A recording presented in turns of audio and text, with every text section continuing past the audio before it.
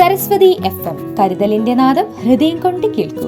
സരസ്വതി FM-ലേക്ക് ഏവർക്കും സ്വാഗതം. ഇന്ന് 2024 ഡിസംബർ 29 കൊല്ലവർഷം 1200 ധനു 14 ഞായറാഴ്ച. ഇന്നത്തെ പ്രധാന വാർത്തകൾ. ഡിസംബറിലെ നഷ്ടങ്ങളിൽ ഒന്നുകൂടി. അതുല്യ പ്രതിഭ ശ്രീ MT വാസുദേവൻ നായർ. സരസ്വതിയുടെ പ്രണാമം. രാത്രിയിലെ വൈദ്യുതി ക്ഷാമം പരിഹാരവുമായി ബസ് വരുന്നു. വിഴിഞ്ഞം ക്രിസ്മസ് ദിനത്തിൽ തീരമണഞ്ഞത് 100ാം കപ്പൽ. ഓർമ്മയായത് ഇന്ത്യയുടെ ഏറ്റവും വിദ്യാസമ്പന്നനായ പ്രധാനമന്ത്രി ഡോക്ടർ മൻമോഹൻ സിംഗ്.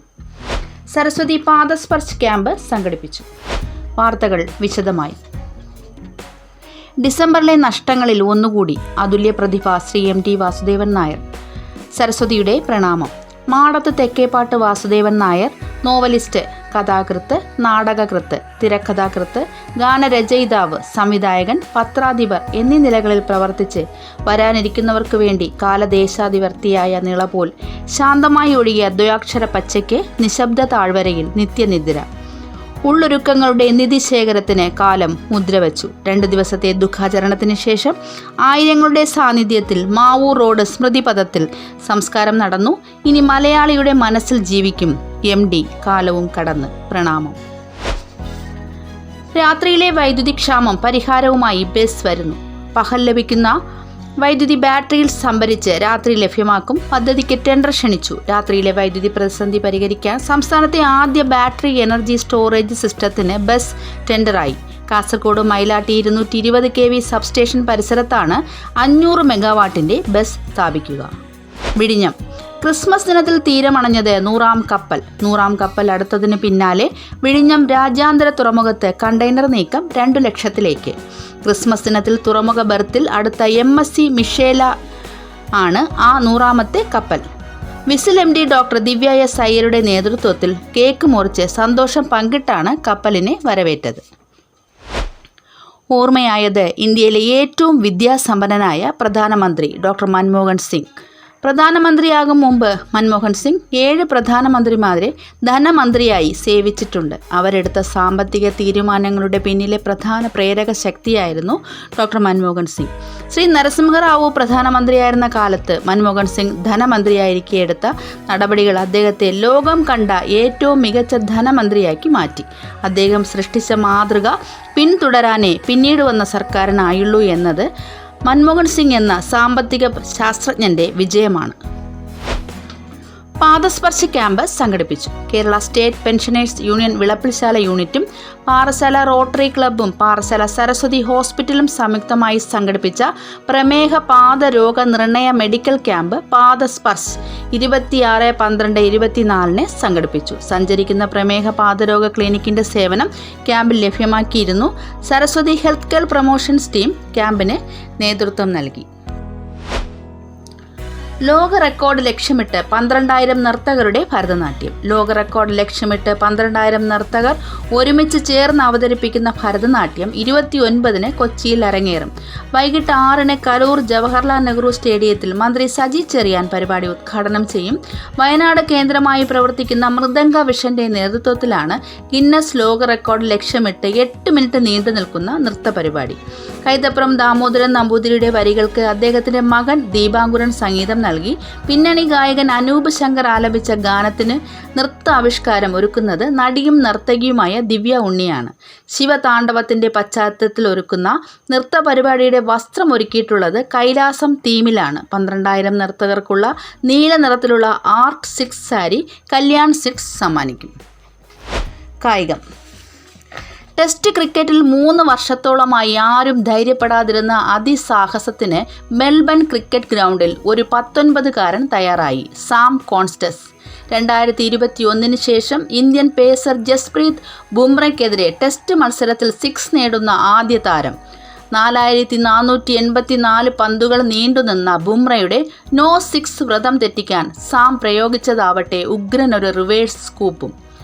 അരങ്ങേറ്റ ടെസ്റ്റിൽ 65 പന്തിൽ 60 റൺസുമായി വരവറിയിച്ച സാമിന്റെ അർദ്ധ സെഞ്ചുറി കരുത്തിൽ ബോർഡർ ഗവാസ്കർ ട്രോഫി 4ാം ടെസ്റ്റിന്റെ 1ാം ദിനം ഓസീസ് നേടിയത് 6 വിക്കറ്റ് നഷ്ടത്തിൽ 311 റൺസ്. ഇനി ആരോഗ്യമുത്തുകളിൽ ഡോക്ടർ SK അജയകുമാർ. പ്രിയമുള്ളവരെ, ഇന്നത്തെ ആരോഗ്യമുത്തുകളിൽ നമ്മൾ സംസാരിക്കുന്ന വിഷയം പ്രമേഹ രോഗം മാറുമോ എന്നുള്ളതാണ്. നിങ്ങൾക്ക് എല്ലാവർക്കും അറിയാം, പ്രമേഹം, രക്തസമ്മർദ്ദം, കൊളസ്ട്രോൾ തുടങ്ങിയ ജീവിതശൈലി രോഗങ്ങൾ ഒരാളിന് പിടിപെട്ടാൽ അത് നീണ്ടു നിൽക്കുന്നതും ജീവിതകാലം മുഴുവൻ ചികിത്സ വേണ്ടതുമാണ് എന്നതാണ് നമ്മുടെ വർഷങ്ങളായി തലമുറകളായുള്ള നമ്മുടെ വിശ്വാസം.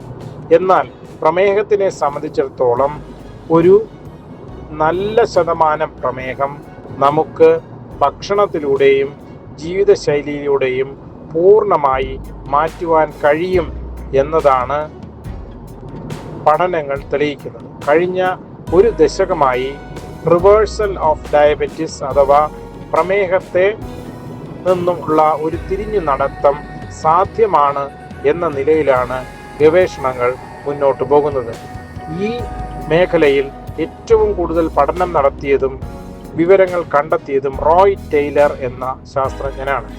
അതായത് നമ്മുടെ ശരീരത്തിന് ആവശ്യമുള്ള കലോറി മാത്രം, വളരെ കുറച്ച് കാർബോഹൈഡ്രേറ്റ്, ആവശ്യത്തിന് പ്രോട്ടീൻ, ആവശ്യത്തിന് ഫാറ്റ്, വിറ്റാമിനുകൾ, നാര് തുടങ്ങിയ ഭക്ഷണം കഴിച്ച് ഒരു മിതമായ തോതിൽ വ്യായാമവും ചെയ്ത്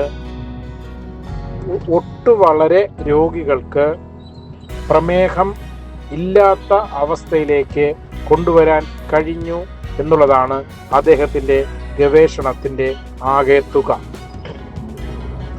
അതായത് നമ്മുടെ ശരീരത്തിലെ കൊഴുപ്പ് ആണ് നമ്മുടെ ശരീരഭാരം കൂട്ടുന്നതിന് പ്രധാനമായും പങ്കുവഹിക്കുന്നത്.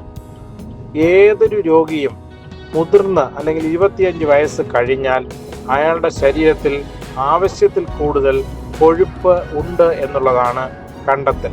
അതായത് സാധാരണ ഭാരം ഉള്ള രോഗിക്ക് പോലും അയാളുടെ ശരീരത്തിൽ പ്രത്യേകിച്ച് പാൻക്രിയാസ്, ലിവർ, വയറിനകത്തുള്ള ഫാറ്റ് തുടങ്ങിയവയെ വിസറൽ ഫാറ്റ് എന്ന് പറയുന്നു. ഈ ഫാറ്റിൻ്റെ അളവ് കൂടുതലാണ് എന്നാണ് അദ്ദേഹത്തിൻ്റെ കണ്ടെത്തൽ. അപ്പോൾ ഈ പാൻക്രിയാസിന് ചുറ്റുമുള്ള ഫാറ്റും കരളിലെ ഫാറ്റും വയറിലെ ഒമൻറ്റം തുടങ്ങിയ ഭാഗത്തുള്ള ഫാറ്റുമൊക്കെ നല്ലവണ്ണം കുറച്ച് കഴിഞ്ഞാൽ പ്രമേഹം വളരെ അതിശയകരമാവണ്ണം കുറയുന്നതായി അദ്ദേഹം കണ്ടെത്തി. അപ്പോൾ അതിന് അദ്ദേഹം നിർദ്ദേശിക്കുന്നത് നമ്മുടെ നിലവിലുള്ള ഭാരം ഏകദേശം ഒരു 10-15% കുറയ്ക്കുക. അതിലൂടെ ഈ കൊഴുപ്പിൻ്റെ അളവ് ഗണ്യമായി കുറയുന്നു. മിതമായ എക്സസൈസ് ചെയ്യുമ്പോൾ കാലറിയുടെ ഉപയോഗവും കൂടുന്നു. അങ്ങനെ ഇത് രണ്ടും നിരന്തരമായി ചെയ്തു കഴിഞ്ഞാൽ ഒരു നല്ല ശതമാനം രോഗികൾക്ക് 10 വർഷത്തിലേറെ ഡയബറ്റീസിൻ്റെ മരുന്നുകൾ മുഴുവൻ നിർത്താൻ കഴിയുന്നതായി അദ്ദേഹം കണ്ടെത്തിയിട്ടുണ്ട്. ചുരുക്കി പറഞ്ഞാൽ ടൈപ്പ് 2 പ്രമേഹ രോഗികൾക്ക് കൃത്യമായ വ്യായാമവും ആഹാരത്തിലെ ചിട്ടപ്പെടുത്തലും കൊണ്ട് പ്രമേഹ രോഗത്തെ ശമിപ്പിക്കുവാൻ കഴിയുമെന്നും മരുന്നുകൾ നിർത്തുവാൻ കഴിയുമെന്നും തെളിയിച്ചത് നമുക്ക് ജീവിതശൈലി രോഗ ചികിത്സയിൽ ഒരു വഴിത്തിരിവായി മാറിയിരിക്കുകയാണ്. ഓർക്കുക, കൃത്യമായ വ്യായാമം, ശരീരഭാരം വളരെയധികം കുറയ്ക്കുക, ആഹാരം വളരെയധികം നിയന്ത്രിക്കുക എന്നിവ പ്രമേഹം മാറ്റാനല്ലെങ്കിൽ കൂടി പ്രമേഹ രോഗിയുടെ ചികിത്സയിൽ വളരെ അത്യാവശ്യമാണ്. അപ്പോൾ പ്രമേഹ രോഗ ചികിത്സയിൽ ജീവിതചര്യയ്ക്ക് വളരെയധികം പ്രാധാന്യമുണ്ട് എന്ന് ഒന്നുകൂടെ ഊന്നി പറഞ്ഞുകൊണ്ട് നിർത്തുന്നു. നന്ദി, നമസ്കാരം. മറ്റൊരു വിഷയവുമായി അടുത്ത ആഴ്ച കാണാം. നാളത്തെ പ്രധാന OP വിവരം: സർജൻ ഡോക്ടർ SK അജയ്കുമാർ രാവിലെ 10 മുതൽ 12 വരെ, പീഡിയാട്രീഷ്യൻ ഡോക്ടർ ബിനൂപ് രാവിലെ 9:30 മുതൽ 12:30 വരെ, ഡോക്ടർ ഷെബിൻ വൈകിട്ട് 6:30 മുതൽ 7:30 വരെ, ENT ഡോക്ടർ അതുൽ കൃഷ്ണ രാവിലെ 9 മുതൽ 12 വരെ, ഡോക്ടർ മോഹൻകുമാർ വൈകിട്ട് 5 മുതൽ 6:30 വരെ, ortho doctor Hiran B Shaji രാവിലെ 9 മുതൽ 1 വരെ, ഡോക്ടർ ക്രിസ്റ്റഫർ ജബരാജ് ഉച്ചയ്ക്ക് 2:30 മുതൽ 4:30 വരെ. കൂടുതൽ വിവരങ്ങൾക്കും അപ്പോയിൻമെൻറ്റ്സിനും വിളിക്കൂ 9072442098 9495472598. സരസ്വതി FM കേൾക്കൂ, സമ്മാനം നേടൂ. ഇന്നത്തെ ചോദ്യം: പ്രമേഹ രോഗികളിൽ രക്തത്തിൻ്റെ പഞ്ചസാര ഏറിയും കുറഞ്ഞും ഒക്കെ വരാറുണ്ട്. അതുമായി ബന്ധപ്പെട്ടതാണ് ഇന്നത്തെ ചോദ്യം. സൊമോഗി പ്രതിഭാസം അല്ലെങ്കിൽ സൊമോഗി ഇഫക്റ്റ് എന്നാൽ എന്ത്? ഉത്തരങ്ങൾ യൂട്യൂബിൽ ഈ വരുന്ന ബുധനാഴ്ചയ്ക്ക് മുമ്പ് കമന്റായി നൽകൂ. സമ്മാനം നറുക്കെടുപ്പിലൂടെ. ഏവർക്കും ഐശ്വര്യവും സമൃദ്ധിയും സമാധാനവും സന്തോഷവും ആരോഗ്യവും നിറഞ്ഞ ഒരു പുതുവർഷം ആശംസിച്ചുകൊണ്ട് പുതിയ വാർത്തകളും പുതുപുത്തൻ വിശേഷങ്ങളുമായി വീണ്ടും അടുത്തയാഴ്ച വരുന്നതുവരെ നന്ദി, നമസ്കാരം. സരസ്വതി FM കരുതലിന്റെ നാദം കൊണ്ട് കേൾക്കൂ.